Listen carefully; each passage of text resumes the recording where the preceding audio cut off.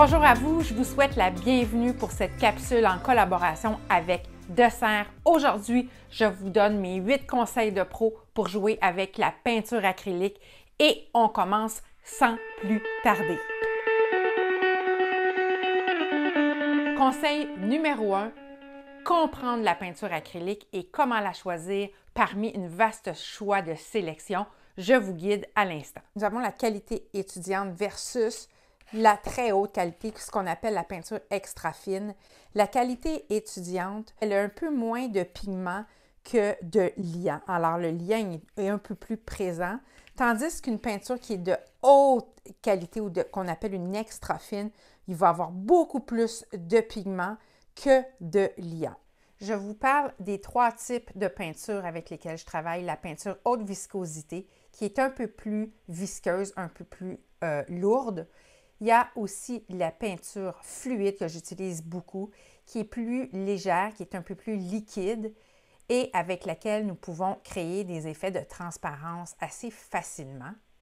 Ainsi que la peinture, la 3e peinture, la peinture high flow, qui est très liquide en bouteille, dans laquelle vous n'avez pas besoin de mettre beaucoup de peinture pour pouvoir créer des fonds colorés.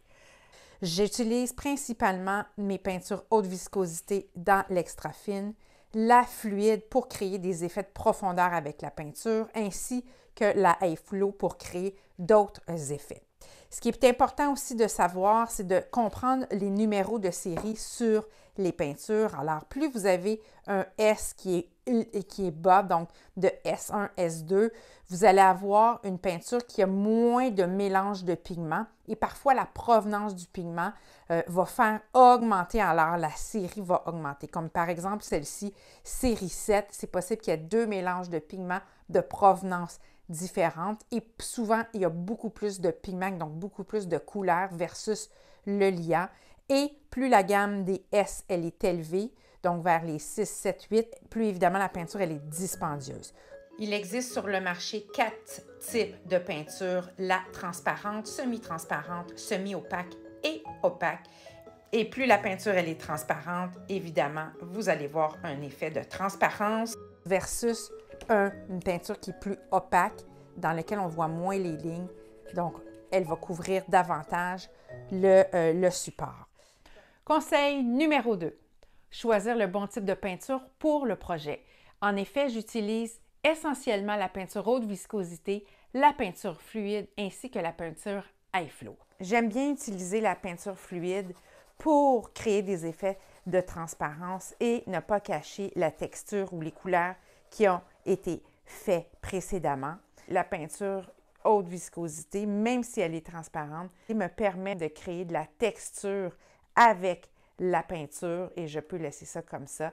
J'aime bien utiliser la high flow aussi pour créer des effets de coulisses et de créer même parfois des motifs à l'intérieur de ma toile. Un petit conseil, je vous invite à explorer les types de peinture pour découvrir celle que vous préférez et laquelle vous allez être le plus à l'aise à travailler. Conseil numéro 3 et pour ma part, un des plus importants, comprendre le cercle chromatique et comment nous pouvons travailler l'équilibre des couleurs avec la peinture acrylique. Bien sûr, vous pouvez aussi utiliser ce cercle chromatique pour tout autre type de peinture. Conseil numéro 4, jouer avec les teintes. Explorer la combinaison des couleurs avec des noirs ou avec des blancs pour créer des valeurs ou pour créer des nuances. Et plus vous allez jouer avec les teintes, plus vous allez être en mesure de créer beaucoup de profondeur dans vos couleurs. Encore une fois, il faut bien explorer et prendre le temps de bien comprendre la combinaison des couleurs. Voici le conseil numéro 5. Évitez de travailler avec trop d'eau avec votre peinture acrylique parce que vous risquez d'avoir un effet beaucoup plus d'aquarelle.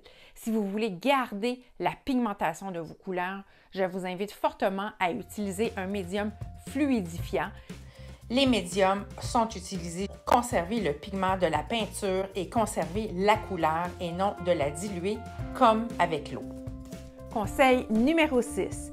Si vous voulez jouer avec les couches de couleurs, alors je vous invite à transformer votre toile pour vraiment avoir différents niveaux de couleurs, surtout si vous jouez en technique mixte et que vous avez utilisé plusieurs médiums ou plusieurs matière sur votre toile, vous allez voir que vous allez créer beaucoup d'effets de translucidité ainsi que de profondeur dans vos couleurs.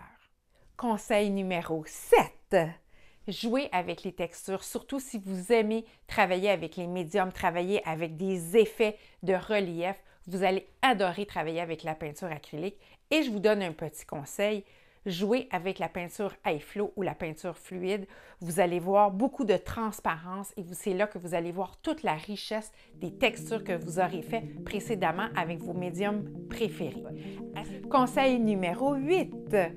Conservez votre peinture et pour cela, évitez d'exposer vos tubes ou vos bouteilles d'acrylique dans des endroits très, très chauds ou très, très froids. Ceci étant dit, votre peinture, surtout si elle est de très haute qualité, prenez-en soin et prenez soin aussi de vos outils de travail. Nettoyez comme il faut vos pinceaux, nettoyez vos spatules et assurez-vous que votre peinture n'ait pas d'air libre qui va rentrer dans les pots. Comme ça, vous allez pouvoir la conserver bien, bien, bien longtemps. Vous avez aimé cette capsule, vous avez appris? Laissez-nous des commentaires, il nous fera un plaisir de vous répondre et abonnez-vous à nos chaînes respectives, celle de dessert et la mienne. Et on se voit très prochainement pour une autre capsule YouTube sur la peinture acrylique et les techniques mixtes. À très, très, très bientôt. Profitez du code promo que vous voyez à l'instant pour pouvoir vous procurer vos produits favoris chez Dessert.